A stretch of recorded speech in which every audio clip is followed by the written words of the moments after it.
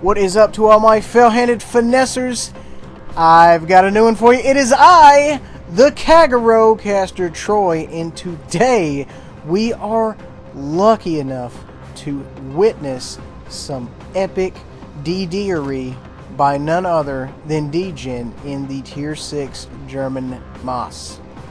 Now, before we get into this, folks, I would like each of you to go down into the description box, go down to the bottom of the description, World of Warships peeps, find Dgen's channel, go over there and hit subscribe, like it, love it, make sure to hit that notification button because he has some really amazing stuff, and he also still does World of Tanks, so that's a thing as well.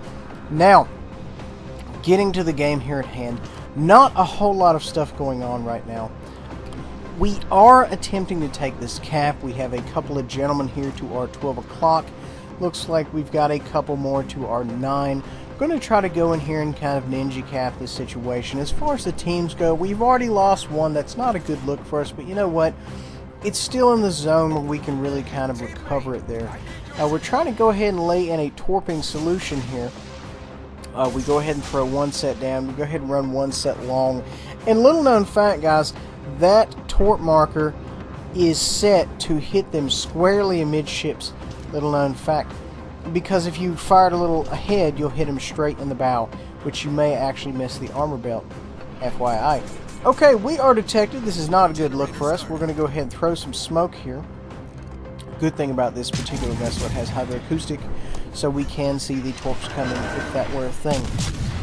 Now, we have this gentleman kind of encroaching on our business here. It definitely looks like he's coming towards us. We have a ton of guns. Wow, we hit a couple of torps there. 24,000. Amazing stuff. Dgen here, guys, is going to go ahead and run through the guns. Might as well put some fire on this gentleman right here, see if we can't really throw the screws to him, so to speak. And we are putting in a little bit of work here. He is turning away because he is not certain that we're not loaded, which is a wise decision. Because you know what? Torps go faster than battleships. So it's a good thing he started turning now, because pretty soon we would in fact have torps heading towards him. We are stacking some damage here. A nice brisk reload on this particular vessel here. I'm actually thinking this thing could hang with a lot of the American DDs, just simply because it can throw down a lot of lead in a short amount of time, which is amazing, you know, if you're a DD driver, because you really need that as a destroyer operator. Occasionally, if you kind of get mixed up, if you kind of stealth torp, you may not need it so much, but it's good to have it just in case. Now, this gentleman is coming for us in the smoke. He is going to be found lacking. I am 100% sure. This is not a good look for him. And folks, you never want to rush a DD in smoke unless he has literally just fired his torps at you. I haven't watched the entirety of this video, but I will guarantee you right now, things are going to go pear-shaped for that gentleman who entered the smoke, following us as we were trying to leave right there. But either way, who knows? If it doesn't hit him, it may very well hit someone else. A lot of times, you know, as we progress towards mid-game, a lot of the ships end up getting very stacked up on the normal contention areas. So it looks like this gentleman's peeking out. Looks like he may catch some, which is lucky for us because we don't necessarily want to waste any torps right there. Looks like we caught him with a couple there. One midships and one to the bow, missing the torpedo belt. You can always tell when your damage comes up how much damage you do as opposed to what section you do. If you can ever slow-mo that and rewind it, you can actually match it up to their armor belt reduction. Very interesting stuff there. Moving on, 85,000 damage. Going out here, we are balling, we are making it happen. Going to the top of the leaderboard there, folks. We've got 3 down for the friendlies and 2 down for the enemies. Dgen is stalking his new target, so we're going to move in on this gentleman on the creep and see if we can't line up some torp shots. Now, we're not close enough yet, but you know what? We're going to be there very shortly. We just managed to get some points there for capturing that base. I think this gentleman is going to be at the top of the leaderboard. I don't know about you folks. Now, it looks like this fella right here is headed straight for the corner of the map for some unknown reason. Maybe he just wants to get away. Maybe he thinks things are going south. Maybe it might be all of these. I don't know. Either way, we're going to go ahead and throw some torps there. See what happens. You know, In the wise words of the warrior poet Giz, if you throw enough crap against the wall, eventually some of it will stick. And that is the same principle towards torpedoes. As soon as those things come up, throw them bad boys. That way they're out there, they're denying areas. And that's a very important thing. You know, if you're torping down a cap and you throw torps right down the middle and 2 battleships have to turn off, well, it's very rare they're going to turn, you know, 360 degrees, cut all the way back and turn around and come back just to get in that area. So it's not going to happen most of the time. This gentleman right here is getting drug over the coals. Oh my God, that was amazing. He just took torp after torp after torp, almost like you asked for him.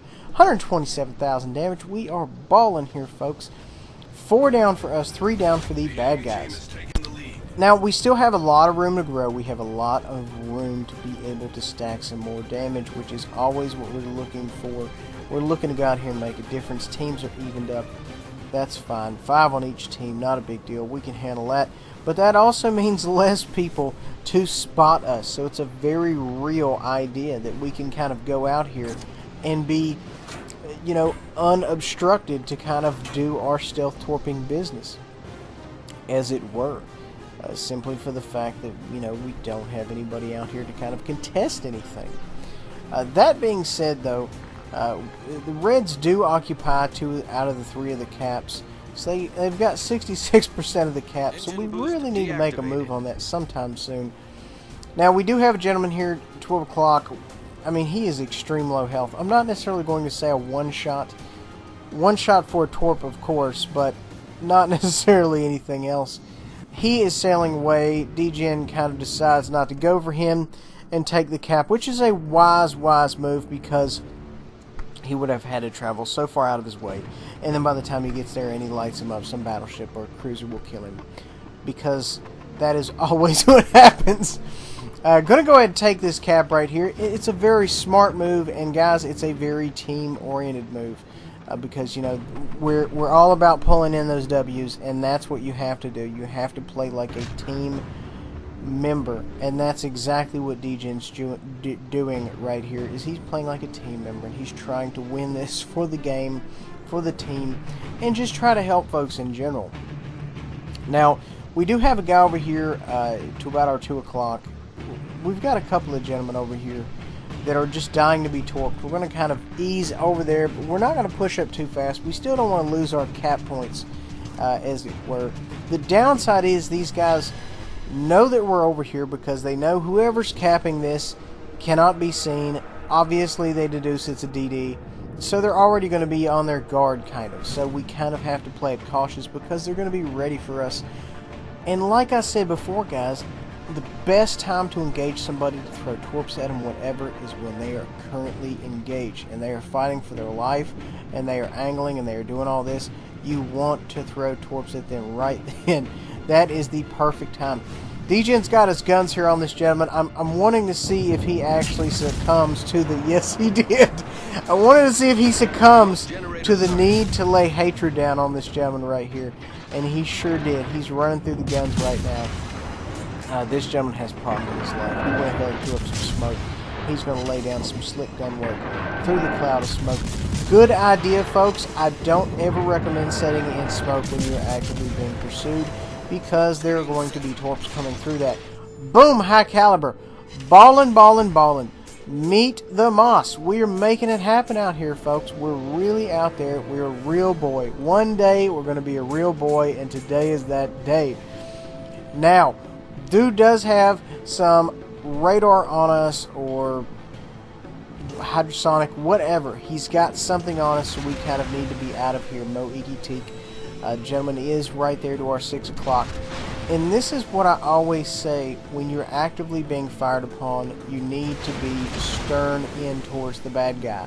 For the simple fact that you can move just a little bit to the left or right, exactly like Dgen's doing, and all their shots are going to miss. Or, you know, there's a chance that, you know, obviously you're going to get hit, and that's fine. But you know, the DD RNG, the moving and everything, the juking, you just, you know, you kind of have to expect it's going to be very, very difficult to connect with somebody. Going back to the top of the board here, 3 for us and 3 for them. 3 for the blue team, 3 for the red team. So we're all nice and even up. Anything can happen right now, folks. Stacking a lot of damage right here. Amazing amount of damage. Got our high caliber. I mean, we are ready. If we die right now, we have achieved everything we want to in this game. But you know what? Dgen is not happy with that. He doesn't want most of it. He wants all of it. And that's kind of the mentality you need to come at these games at. Putting some fire here on this DD to 12 o'clock. This may not be a good look for him. I don't know. I kind of want to see what's going to play out right here. This gentleman's secondaries are going off. That is never a good look when you are in secondary range. Taking fire from a few different angles. We're going to see if we can kind of weasel out of this, as is the DD motto. This gentleman here is just pushing the crap out of his right here. We're going to see if we can't possibly throw some torps at him.